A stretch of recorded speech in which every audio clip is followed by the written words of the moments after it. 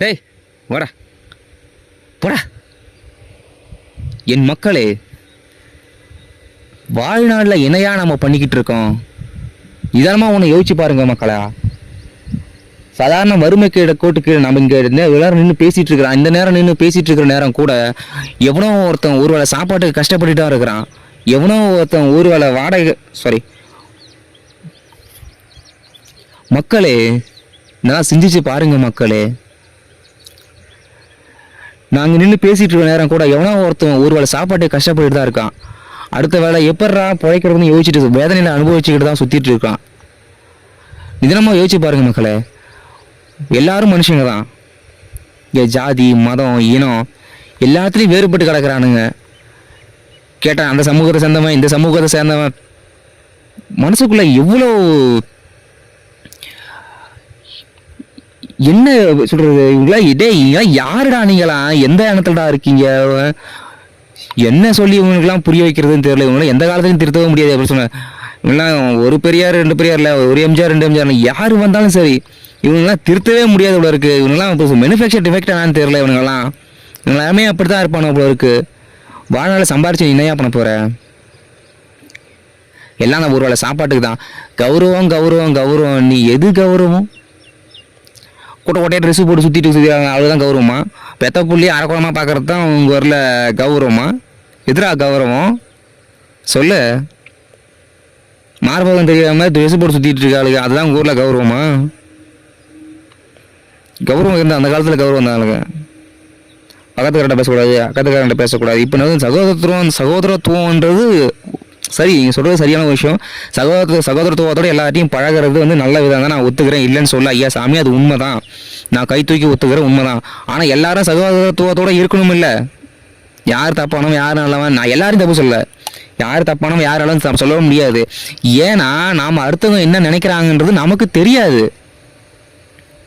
So வந்து யார் சகோதரத்துவத்தோடு பார்க்குறாங்க, யார் நல்ல எண்ணத்தில் பார்க்குறாங்கன்றது எப்படி தெரியும்? இன்டர்நெட் வந்தது, ஜியோ பெரிய புரட்சி ஏற்படுது. இன்டர்நெட்ன்றது எனக்கு தெரிஞ்சு இன்டர்நெட்ன்றது உண்மையில் மிகப்பெரிய ஒரு நல்ல விஷயமாக நான் பார்க்குறது வந்து இன்டர்நெட் மட்டும்தான். ஏன்னா வந்து நல்ல உலகத்தை பற்றி எல்லா விஷயமும் தெரிஞ்சுக்க தோணுது. மூட நம்பிக்கை நிறையா புரிஞ்சிருச்சு. இந்த விஷயம் இவ்வளோதான் அப்படின்னு எல்லாருக்கும் தெரிஞ்சு போகுது. உண்மையிலே ஒரு நல்ல விஷயம் தான் நான் ஒத்துக்கிறேன். ஆனால் அதே சேம் இன்டர்நெட் வந்து தப்பாக மிஸ்யூஸ் பண்ணுறவங்களும் இருக்காங்க. என்ன சொல்கிறது, நிறைய தப்பான விஷயங்களை வந்து இன்டர்நெட்டுக்காக யூஸ் பண்ணிக்கிறாங்க. மக்களை வளர்ச்சின்றது முக்கியம் தான். வளர்ச்சி மக்களை எனக்கு யோசிச்சு பாருங்கள். நாட்டு மக்களை வந்து எப்படி சொல்கிறது, பசி பஞ்சம் எங்கே ஒருத்தன் பசியால் சாவலை என்ற நிலை வருதோ அந்த நாடு தான் உண்மையிலே வல்லரசான நாடு. டெக்னாலஜிலேயோ இல்லை தொழில்துறையில் வளர்ச்சியிலையோ அது வந்து மிகப்பெரிய ஒரு சிகரத்தை தொட்டு இருக்குது. வானிலை ஆராய்ச்சியெல்லாம் பெரிய பிடுங்கினாங்க அப்படின்னு சொல்லிட்டு இந்தியாவில் கேவலப்படுத்துறது அதெல்லாம் வந்து ஒரு வளர்ச்சி கிடையாது. மூணு நாட்டிலையும் பிச்சைக்காரங்க இருக்க தான் செய்கிறாங்க இன்னி வரைக்கும். சீரியஸாகவே அதான உண்மை. இங்கிலீஷை பெரிய புகழ்த்தி ஓகே இங்கிலீஷ் பேசுறியா ஓ மை காட், இங்கிலீஷ்லாம் பேசுகிறான். ஏற்கனவே சொன்னது ஏற்கனவே உங்களை எல்லாருக்கும் தெரிஞ்சுதான். பிச்சைக்காரன் கூட இங்கிலீஷ் தான் பேசுவான் வெளிநாட்டில். ஜஸ்ட் லாங்குவேஜ், அது ஒரு லாங்குவேஜ் அவ்வளோதான். இங்கிலீஷோட ஆதிக்கம் அதிகமாகச்சு. ஸோ வந்து கம்ப்யூட்டர் சயின்ஸ் எல்லாமே வந்து இங்கிலீஷில் இருக்குன்றதால வந்து ஸோ அதோட ப்ரையாரிட்டி அதிகமாக இருக்குன்றதால வந்து நமக்கு வந்து ஒரு மிகப்பெரிய விஷயமா தெரியுதே தவிர நமக்கு தெரியுதே தவிர அது மிகப்பெரிய விஷயமே கிடையாது. ஜஸ்ட் அது ஒரு லாங்குவேஜ் அவ்வளோதான். அந்த காலத்தில் மொழியில் பேசுறீங்க, பூனைக்குள்ளே பேசிங்க, நாய்க்குள்ளே பேசிங்க, அதுவும் ஒரு லாங்குவேஜ் தான். அதுக்காக வந்து பூனை மொழி நாய் மொழி ஜஸ்ட் லாங்குவேஜ் அவ்வளோதான். இங்கே ஒருத்தன் கை கொடுத்து ஒருத்தன் உதவியாக இல்லாமல் இங்கே மனுஷன் இன்னும் உயிர் வாழ முடியாது. பிற்காலத்தில் உயிர் வாழ முடியாது. கலியுகம்னு ஒரு படம் எடுத்து வச்சுக்கலாம் சினிமாவில் அவேர்னஸ்க்காக. எல்லா அவர்ஸும் சினிமாவில் எடுத்து இப்போ சொல்கிறது வெளிப்படையாகவே எல்லாம் வந்து எடுத்து காட்டிடுறானுங்க. மனுஷக்காரையே தின்னு சுற்றிட்டு இருக்கிறான். அந்த காலம் வரும், வளர்ச்சி வரும். 10 பேர் சாப்பிட வேண்டிய இடத்த 10 பேருக்கான சாப்பாடு இருக்குது. 10 பேர் சாப்பிட வேண்டிய இடத்த 10 பேருக்கான சாப்பாடு உன் குண்டானில் இருக்குது, உன் சட்டி குண்டானில் இருக்குன்னு வச்சுப்போம். அந்த சட்டி சோமா எல்லாத்தையும் எடுத்து வீணாக்கிக்கிட்டு அடுத்த சாப்பாட்டுக்கு கொஞ்சம் கொஞ்சமாக யூஸ் பண்ணாமல் எடுத்து எல்லாத்தையும் வீணாக்கிட்டு வச்சுங்களேன். 10 பேருக்கு சாப்பாடு 8 பேருக்கு சாப்பாடு ஆகும், 8 பேருக்கு 6 பேர் ஆகும், 6 பேருக்கு 5 பேர் ஆகும், 5 பேருக்கு 3 பேர் ஆகும், 3 பேருக்கு 2 பேர் ஆகும். கடைசியில் உனக்கு ஒரு வேளை சாப்பாடு கூட இருக்காது. நாளைக்கு இதான் நடக்க போகுது. அதுதான் உண்மை, இதுதான் நடக்க போகுது. நாளை எதிர்காலம் இதுதான். அது உணர்ந்து பல தற்கொலைகளுக்கு நல்லாவே தெரியும். ஆனால் அதை ஏற்றுக்க மாட்டேங்கிறானுங்கன்றதை விட ஏற்றுக்கிட்டாலும் அதை ஏன்டா கடைப்பிடிக்க மாட்டீங்க?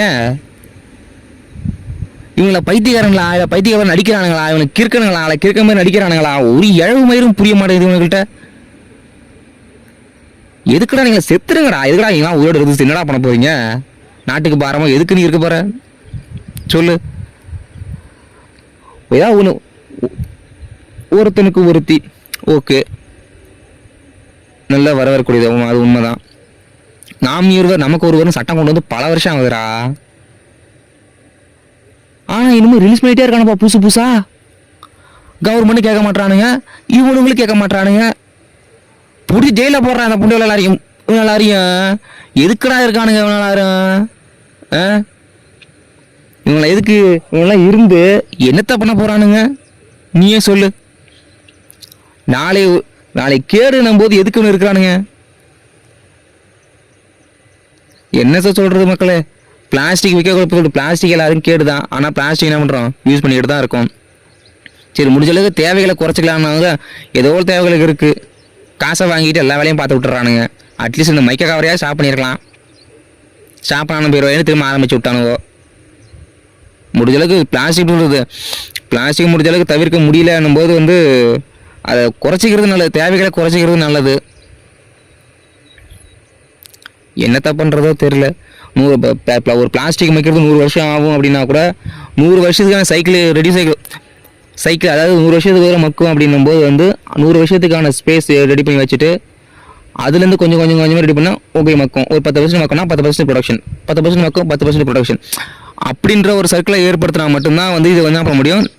அதாவது தேவைகள் அப்படி சொல்லுவாங்க. நம்மளோட தேவைகள் அதாவது உருவாக்கம் அப்படி கொண்டு வரும்போது ஏதாவது ஒரு பாதிப்பு இருக்க தான் செய்யும். பிளாஸ்டிக்கே இல்லாத உலகம் கொஞ்சம் கஷ்டமான விஷயம் தான். யோசிச்சு பார்க்கும்போது கூட ஏதோ பிளாஸ்டிக்கை கொஞ்சமாக பயன்படுத்தலாம். எனக்கு தெரிஞ்சு முக்கியமான யூசேஜுக்கு மட்டும் பயன்படுத்தலாம். இப்போது டெக்னாலஜி இருக்குது. 5Gயோ இல்லை 6G கூட வருதுன்றாங்க. 6G பெரிய ஆபத்துன்றாங்க. 5G இருக்குது. 5Gயோட ஸ்டாப் பண்ணிடலாம். 4G கொஞ்சம் ஸ்லோ. சரி, 5G கொஞ்சம் அதிகமாக இருக்கும். ஓகே, 5Gயோட ஸ்டாப் பண்ணிக்கலாம். இப்போ பேசுகிறதுக்கோ இல்லை நெட் யூஸ் பண்ணுறதுக்கோ, இப்போ ஒரு வீடியோ கால் ஒர்க் பண்ணுறதுக்கோ, ஒரு கம்யூனிகேஷன் பண்ணுறதுக்கோ, தொலைத்தொடர்புகளை கான்டாக்ட் பண்ணுறதுக்கோ, எங்கேயோ போய் வேலை செய்வாங்க அப்பா அம்மா, இங்கே பார்க்குறதுக்கு போகிறதுக்கு வரதுக்கும் 4G ரொம்ப கஷ்டமாகவே தான் இருந்தது. உண்மையே சரி, வீடியோ கால் பேசுறதுக்கு 4G கஷ்டமாக இருந்தது. 5G ஏதோ ஓகே, 5Gயோட ஸ்டாப் பண்ணிக்கலாம். ரேடியேஷன் அதிகம் தான். அதுக்காக ரேடியேஷன் பயன்படுத்தாமலே இருக்க முடியாது. நான் அது உங்களுக்கும் தெரியும், சொல்லி புரிய வைக்கிறேன்ல. 5Gயோட நிறுத்திக்கலாம்.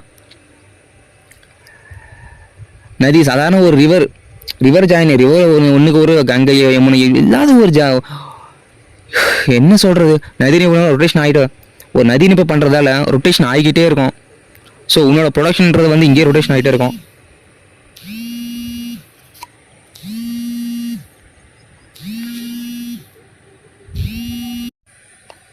நதி இணைப்பு சாதாரண ஒரு நதி இணைப்பு. அடே பைத்தியக்கார பரதேசி நாய்களா, அதுபான்னு கங்கை யமுனை ஏன் ஒன்று ரொட்டேஷன் பண்ணிட்டு இருந்தேன், அது பாட்டுக்கு ரொட்டேஷன் ஆகிட்டு இருக்க போகுது. அதில் என்னடா உனக்கு பிரச்சனை? சரி, டேம் கட்டுற, சரி நீ உங்களுக்கு தேவைக்கு தேவைதான். சரி, டேம் கட்டிக்கிற, ஓகே. நான் இதே இப்போ பண்ணிட்டு டேம் கட்டலாம் இல்லடா. மழை பெய்யும் போது ரொட்டேஷன் பண்ணி விடலாம் இல்லை? எப்படியும் தேவை அதிகமாக போது கடலை தான் கலக்குது. நதி இப்போ ஏற்பாடு பண்ணி வைக்கிறது உனக்கு என்னடா பிரச்சனை? உனக்கு நீ டேம் கட்டிக்கடா சொல்லி வேணாம்னு சொல்லவே இல்லடா. கட்டிக்கடா, அவனு யாரா வேணான்னு சொன்னது? பாடுறா, எல்லாரும் மனுஷங்க தான்டா. அவங்ககிட்ட ஒரு 10 ரூபா இருக்கணும் போது எல்லாம் கஷ்டப்படுறாங்க அப்படின்னும் போது ஒரு பிரச்சனையும் இல்லை. நீ ஒரு 7 ரூபா எடுத்துட்டு மீதி 3 ரூபா கொடுக்கலாம்ல? ஐயோ சாமி, பாதி போய் தரணும் சாமி, 3 ரூபா கொடுக்கலாம்ல? மக்கள் ஏதாவது ஒரு விஷயத்தை யோசிச்சு பாருங்கடா. உலகம் அதிகமாகிட்டே போயிருக்கு. இடங்க நம்ம கிட்ட கம்மியாக இருக்கு. செவ்வாய்கிரகத்தில் பிளாட் போகிறதுக்கு அவன் சொல்லுவான்டா மக்கள் தொகை கம்மியாக இருக்குன்னு. இப்போ இருக்கிற மக்கள் தொகை கம்மியாக அவன் சொல்ல தான் செய்வான்.